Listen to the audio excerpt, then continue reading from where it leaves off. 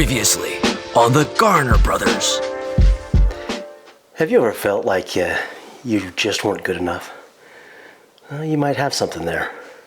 Welcome to the Sifting. Watch your head. There is a real sifting going on in the church. Do you know what's going to happen? And there has been a sifting. Oh, yeah. It's been, from my opinion, it's been a mild sifting, but there have people who have been sifted out.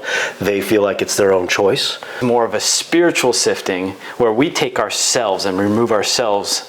Since he announced the hinge point, we had an earthquake. Moroni's trumpet fell. Global COVID-19 shutdown. Fires spread across the whole globe. There's a grocery shortage, unprecedented riots throughout the country, violence in our streets, election meddling, misinformation from news media, over-the-top censorship from nearly every platform, suicidal rates, housing market is out of control, short supply of many basic materials and goods, an imminent drought. What we experienced this past year is completely unparalleled.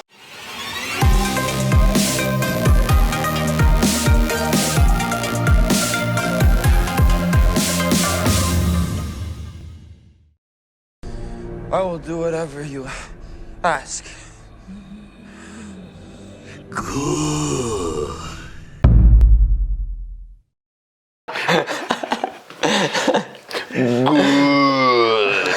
I remember laughing in the movie theater when I saw that. Is this serious? Well, that was quick. Oh, this is me. Spiritual decline, things that have occurred. I'm just going to turn away from the cameras. That's basic, right? The last couple of years, members leaving the church in droves and or not coming back when the church is opened. We've had lots of members who... convenient. I don't have to dress the kids. I can sit on my couch and we can still watch it on the TV. That's point number 2. Well, there you go. I'm just, right. skip the 3. Disregard for the Sabbath day. People posting on their social, get off social media, except for this. Crippling fear and complete absence of faith. A lot of people. Faithful saints criticizing the church leaders. Saints waving the Assyrian, the Babylonian flag in the name of social justice, liberty, health, rights. Do you want to comment on that? Oh, yeah. Or you want to wait till the end to comment? No, I think that's good. I that really bugged me last year as we saw so much of the scourge, right? Where you have our leaders of this nation, whether they are federal or state representatives, placing all of these restrictions on us, which are not right. They're not okay. They were never okay. Yet there were so many in our congregations who would lift up the flag that they're waving and wave it in front of others and say, yeah, this is the way it should be. I reflected on what was happening during the Savior's ministry, where the Jews were burdened by the many restrictions or laws or regulations, all of those things that the Romans put on their backs. And Jesus comes and he says, and they're waiting for it. They're waiting for him to say, yeah, fight the Romans. And he doesn't. He says, be submissive. Yeah. This is not the battle we need to fight. And that is how I, at least in my humble opinion, that is how I see the leaders of this. That's how I see the leaders of the church, how they reacted. They said, it's not time to fight, it's time to be submissive. Mm-hmm. But members of the church interpreted that as being, it's time to raise the Roman flag and wave it. It's time to raise the Babylonian flag and say, this is good. Everyone should. Take our rights away, please. Yeah. Oh, we're in it now. I love it. Just keep her straight. I'll handle the rest. Now, charge! To the point where we almost forgot what the gospel of Jesus Christ is. It is faith. It is obedience. It is forgiveness. It's submissiveness. It's being humble. It's those things that we don't usually talk about. So, yeah, well, there's a lot of fighting going on, a lot of things that were opposite of what what Jesus Christ would teach. Hey, way to wrap that back around. So, good people standing for evil, all right?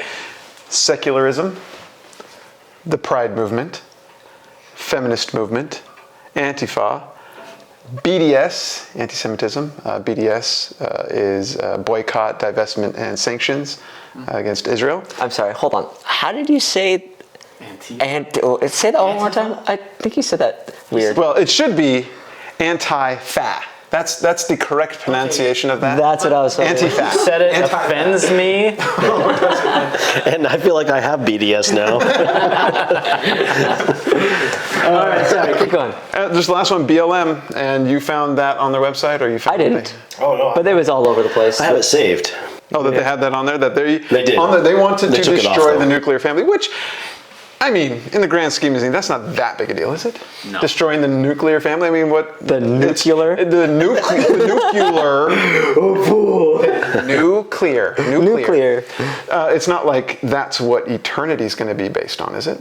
I mean, No. So could it, anyway, a little sarcasm there. So, yeah. Oh, yeah. Oh, and Blaine was... Point do we flash up? Sarcasm. Sarcasm. Blaine was concerned when he made this slide that some of you would be offended by some of these things. You're gonna die, clown! That us saying that all of those things there are evil, and Including irritable bowel syndrome. including IBS. That is evil. But if you believe or are offended or hurt or whatever, any of those feelings about any of these things being called evil, please see the title of this video. I'll flash it up right now. Yeah. The disintegration of the family will bring upon individuals, communities, and nations the calamities foretold by ancient and modern prophets. Where have I heard that before? From the family, a proclamation to the world. And I love how it says, will bring. Will. It doesn't say, Might. might bring. It will. It's real. What? This is real. Yeah, well, you're in trouble. Yes. Sure, I'll give him a message when he gets back.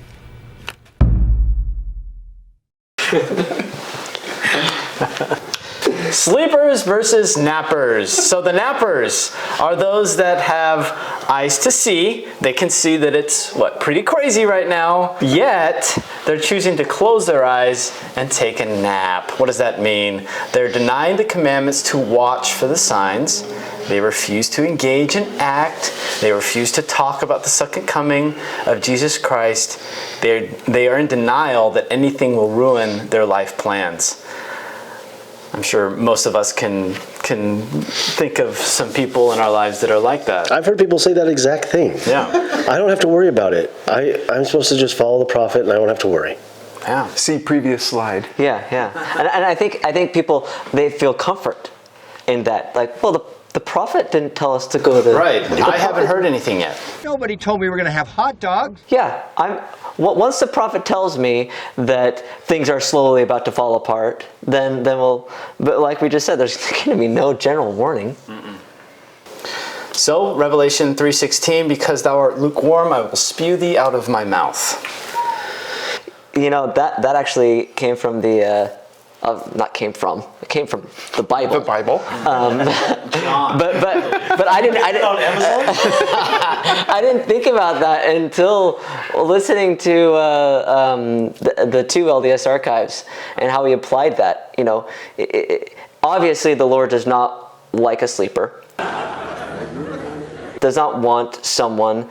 Does not want a disciple to be sleeping through his signs. These signs of the second coming are not a prophet sign. These are the Savior's signs. They're his signs.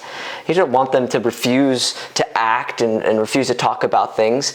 But he also doesn't want them to be lukewarm and just be kind of, whatever. Well, and also these signs are tender mercies, if you think about it. He's warning us. What state are you in? Get ready. Be better than you are now. Oh, is that the takeaway? Oh, what is the takeaway? Oh, the takeaway of the sifting. So if you feel like you are sifted, Yeah, don't get sifted. That was easy. Great takeaway. I don't know. Is there anything else to take away? I think that that's the takeaway. Well, There's not going to be a warning. You've been warned. The scriptures warn you. The prophets have warned you. I'm on a platitude kick, and I keep saying that. And people who live with me are sick of me saying that. But these aren't platitudes. What the prophet is saying is what the prophet is saying. These are real things that are going to happen, and they're happening right now. So don't just brush them aside as a platitude and move on with your life. Oh, that's nice that he said that, and then move on. Well, and what the viewers don't understand is this. Because they're idiots. And by viewers, you mean viewer. Yeah. Viewers meaning what our mother doesn't my get. mom is watching this. So we don't have any viewers. Mama say that happiness is from magic rays of sunshine that come down when you're feeling blue. So anyway, what others what do not understand is this is the reason why we decided to do this crazy thing and put up some lights and some cameras and put our really cool things around us and record ourselves talking. The reason why we're doing this is because we have seen this happen. We have seen our friends, even some people who are very close to us, leave the church in the past year. And what many don't know or realize is that we are part of a very big family. They're just with our parents and all of their kids, we are about 52 people, and the numbers aren't in our favor. If there's going to be a sifting, we know that it's going to take a good chunk of good Latter-day Saints, and they will fall away. Well, one of our objectives here was maybe we can start a community, some sort of voice, this platform where we can talk about our testimony, where we can talk about what we're seeing, and maybe we can help prevent some of our friends and family from going that route. Yeah. And I think that is why it's important to talk about these signs. Yeah. Is if there was ever a time to leave the church, now's not that time. Don't do it. Now's not the time. Wait till the millennium. See how that goes. And what I say unto you, I say unto all, watch.